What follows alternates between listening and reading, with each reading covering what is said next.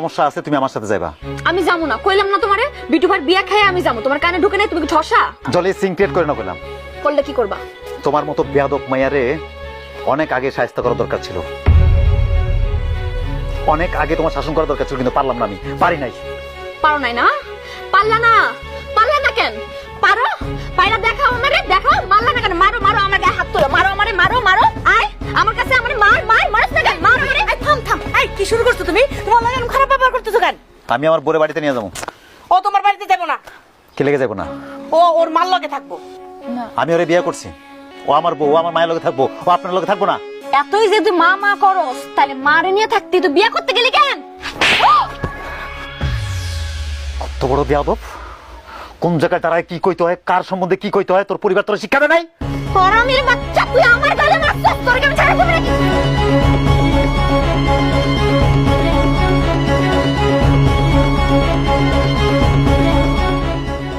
এই, কত বড় সাহস তোমার! তুমি আমার বাড়িতে দাঁড়াও, আমার বাড়িতে হাত তোলো, হ্যাঁ? না জানি তোমার বাড়িতে গিয়ে তুমি কি করো?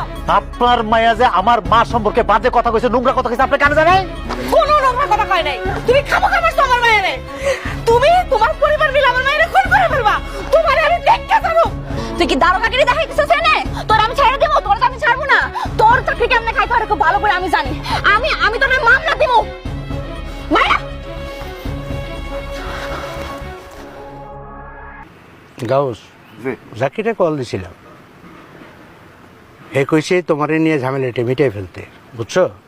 রতন তার বাপ মারে সবারই নিয়ে আইছে। আমার তো কোনো আপত্তি নাই কাকা, জলি যদি যাইতে চায় আপনি ওরে পাঠায় দেন।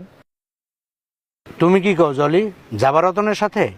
মেম্বার সাহেব, আমার কিছু কথা আছে। আগে আপনার মেয়ের মতামত নেই। জলি যদি সংসার করতে চায় তাহলে কোনো কথা নাই, সরাসরি সংসারে যাইব।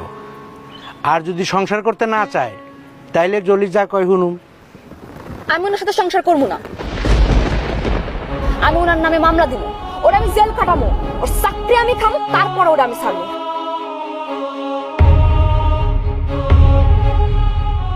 অতি উত্তম সিদ্ধান্ত। এই সিদ্ধান্তটা কি তোমার না তোমার মায়ের? এটা একদমই আমার সিদ্ধান্ত। আচ্ছা, কি কারণে তুমি রতনরে ডিভোর্স দিবা, ওর নামে মামলা করবা? কারণটা কি? কি অপরাধ তার? মেম্বার, আমার ছেলের অপরাধ, আমার ছেলে কোনো ঘুষ খায় না। সুফি সাহেবের ছেলে ঘুষ খায় না, সবই খায়, কিন্তু আমার মায়েরা ঠকায়। আপনার কথা আমি পরিষ্কার বুঝতে পারছি, আর একটা কথা বলবেন না। দেখো মা, তোমার স্বামী একজন সৎ পুলিশ অফিসার, তাকে নিয়ে তোমার গর্ব করা উচিত। আর তাকে তুমি ঘুষ খেতে বলতেছো? আমি কোনোদিন তার ঘুষ খাইতে কই নাই, আমার নামে মিথ্যা অভিযোগ দিছে। ঠিক আছে, মিথ্যে অভিযোগ দিছে, এখন তো সে তার ভুল বুঝতে পারছে। এখন তুমি যাও, তার সাথে সংসার করতে চলে যাও। না, আমি তার সাথে যাবো না। আমি যে তার স্ত্রী সে কথা তার মনেই থাকে না। আমার কোনো কথা সে শুনে, পরিবার সব কথা চলে তো তার মায়ের কথায়। মা গো, ঠিক আছে, এখন থেকে তোমার সব কথা শুনবো। চলো, নিজের সংসারে চলো। তার বেতনের সব টাকা সব তোমার বাপের কাছে দিয়ে রাখে, আমার কাছে দেয় একটু টাকা হাত খরচের লেগা। আচ্ছা ঠিক আছে মা, এখন থেকে সমস্ত টাকা তোমার অ্যাকাউন্টে দিবে। আমার ভালো একটা মোবাইল নাই, ভালো দুটো শাড়ি নাই, মন যখন যারা চায় কিছু একটা দিতে, আমি দিতে পারি না। আমার লজ্জা লাগে মানুষের সামনে যাইতে। চিন্তা করছেন কাকা, একটা দারোগার বইয়ের জীবন কি এইভাবে চলতে পারে? তাও তো জলি বলে অনেকদিন টিকছে। গাউস, তুমি থামো। আচ্ছা জলি, এইসব কারণে কি তুমি তোমার হাজবেন্ডকে ডিভোর্স দিবা? শুধু ডিভোর্স দিতে চাইতেছি না, তার নামে মামলা দিব আমি। তোমার স্বামীর চাকরি গেলে তুমি কি খুব খুশি হইবা? কোনো ক্রমে কি তুমি তার সংসার করবা না? যাওয়া যায় এক শর্তে, তার বেতনের সম্পূর্ণ টাকা আমার হাতে দিতে হইব। কোন দুঃখে আমি আমার বেতনের টাকা সব তোমার হাতে তুলে এলাম? আমি কি জুয়ারি? আমি কি মদরি? না আমি নেশাখোর? মেম্বার কাকা, ওর সব কথা শোনা যাবে না। প্রেম করে বিয়ে করছি তার মানে এই না সে যত কথা কইবো, যত অন্যায় আবদার করবো সবাই মেনে নেবো। এটাই কি তোমার সিদ্ধান্ত জলি? জি, জীবনে কোনোদিন উনি ওনার বউয়ের কোনো আবদার পূরণ করতে পারে নাই, জীবনে পারবও না। রাখো, তোমার শেষ আবদারটা আমি রাখো। তুমি চাইছিলে না আমি তোমার ডিভোর্স দেই? আমি তোমার ডিভোর্স দিব। তাতে করে তোমার মামলা করতে সুবিধা হইব। সবার মতের বিরুদ্ধে যে ভালোবাসে তোমার বিয়ে করছিলাম না, তার প্রতিদান তো আমাকে দিতে হইব। তোমার ভালোবাসছি না, আমি ভালোবেসে বিয়ে করছিলাম তো। তুমি কি মনে করো তোমার স্বামী যদি তোমার পাশে না থাকে, এখন যে গুরুত্বটা তুমি পাচ্ছ এই সংসারে সবার কাছে, সেই গুরুত্ব তুমি পাবে? কোনোদিনই পাবে না।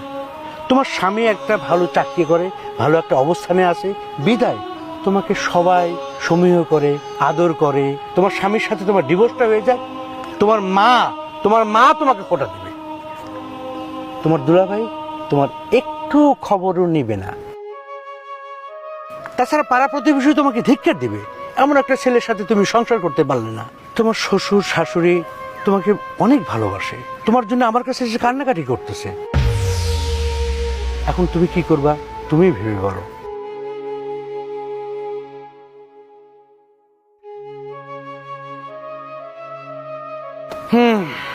ঠিক আছে রতন, বাবা তুমি তোমার বাবাকে নিয়ে চলে যাও, পরিস্থিতি এরকমই। আসসালামু আলাইকুম। ওয়ালাইকুম আসসালাম।